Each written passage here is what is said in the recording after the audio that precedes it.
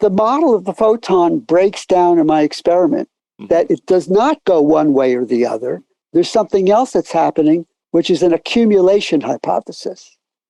And so I'd like to explain what this accumulation is in a simple way, which is, and I do it with cups. It's the threshold model. Before we move to the accumulation, I just want to have a single sentence summary of this entire discussion to make sure that we understand. Right? Well, no, because I mean, I think that it's complex. There's a lot of ideas in the air. And if we move on without having it digested down into a piece that we can carry with us, it's going to make everything else go down strangely. So if I understand correctly, what you're saying is that they arbitrarily, in the academic experiment, are setting a threshold for what they are registering as a photon event on their oscilloscope, and that threshold, when you change where it's set, you get a different measurement. But the measurement is of what? Is of the number of photons that are being released? Yes, it is. You'll change the number. Okay. You'll change the count rate, and you'll change the sense of what's a coincidence or not. You'll let through more pulses to make coincidences one way, and you'll inhibit both coincident pulses if you set it the other way. So if you set it to be a tighter threshold like they do in the academic model, you are discounting a lot of smaller pulses, and so you don't see the coincidences of them hitting the two detectors at the same time. That's right. That's it. But if you set it at a lower point, what's happening is that you are seeing the events the way that you would expect to see them at both detectors. That's right. Okay. So that's only one of the problems that these experimentalists are ignoring, because they don't talk about it. And it's plain to see that photomultipliers have this wide distribution of pulse heights. And furthermore, they just talk about it, that it's photons anyway. And people like Feynman will say that there is no pulse height distribution, and on and on. But there are other problems. But let's go on. Hold on. One last wrap up. If you are getting detections at both places at once, that immediately unweirds the quantum. Because right. What they're saying is that you only get the interference pattern when you change the way that you've set up your system because something spooky is happening. But what you're saying is that the reason that you don't see it at both detectors in order to generate the interference pattern in the first configuration is because their threshold is too high, and so they're not seeing the smaller pulses that are actually in both places. Yeah, that's pretty much it. Okay. All right, let's move on. Yeah. I'm not really sure if they're going to see it that way, because I've not done that experiment. But I know that it's something to be addressed as to how they set it.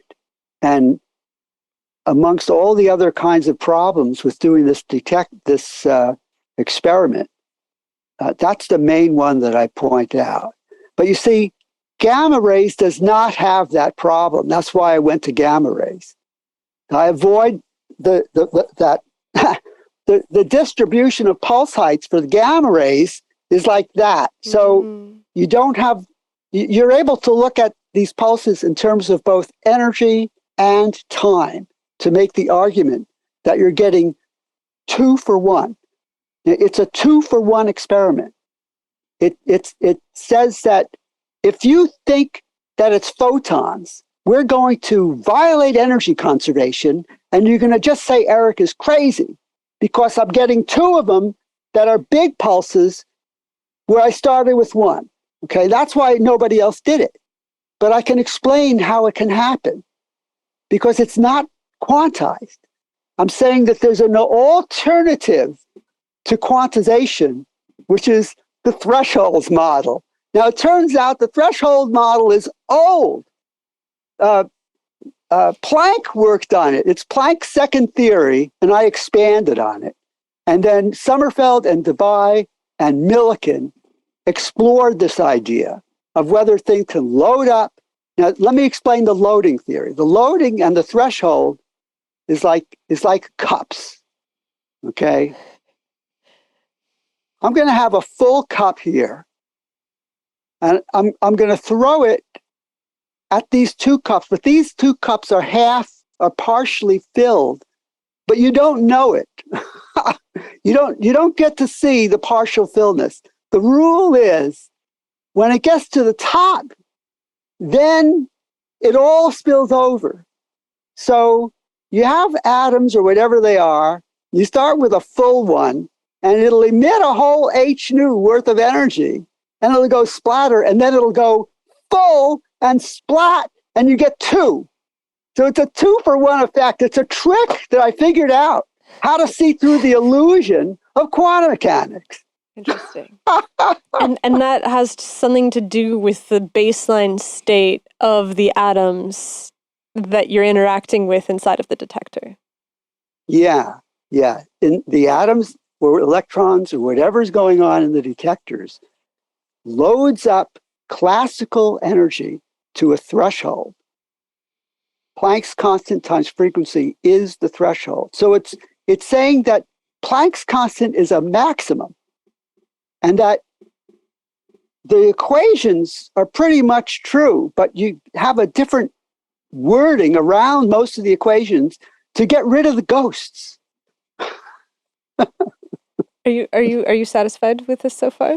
Like in terms of your questions?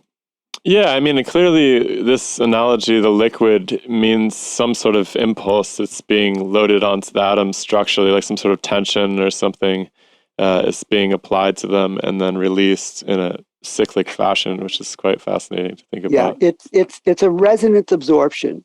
So it's frequency resonant absorption atom cups that will build up when it reaches kinetic energy, when the electron kinetic energy reaches threshold, Planck's constant times frequency, then it can give up all of it to some other detector like the photomultiplier tube. And it'll look like a photon hit there, but it was that it reached the threshold of what was inside to give that click. Well, what's really interesting is that the thresholds, these energy states that the atomic shells, the electron shells take on, they're really different structures at some point. You know, like each one of these orbitals has a different, they're called variably orbitals or energy states, but orbital is a more material way of thinking about it. But when you snap from one structure to the next, there's a lot of loose motion in the system that is taken up as slack, which we perceive as these waves or these, I guess as pulses. They call them quantum leaps or quantum jumps. When it jumps from one level to another, magically just jump from one. So I'm explaining how it can go from one to another. I'm saying that it goes gradually, but you don't see this gradualness. You only see when it reaches the top, and then maybe there'll be some detection event, like it'll make a different frequency of light when it does that. Right. Well, it's interesting because if you've ever seen those, I'm blanking on the name of it, but people will have these cymatic demonstrations. What is it? Chladni plates. Chladni plates, yeah. And you pour the sand onto it, and at certain frequencies, it's too chaotic, and there's not really a transitional structure that can be measured. You're not seeing anything that has any stability. Right. And That's so, right. Yeah, it makes a lot of sense. You can see the threshold. I saw the threshold model in the musical instruments that I built. When I put a feedback on the musical string on my creation, it was the sun harp. The sun harp, I had it on display in the Exploratorium. When you load up the energy of the musical string, it gets bigger and bigger, but then it can't hold anymore, and it goes to the next harmonic. So music told me about the threshold effect.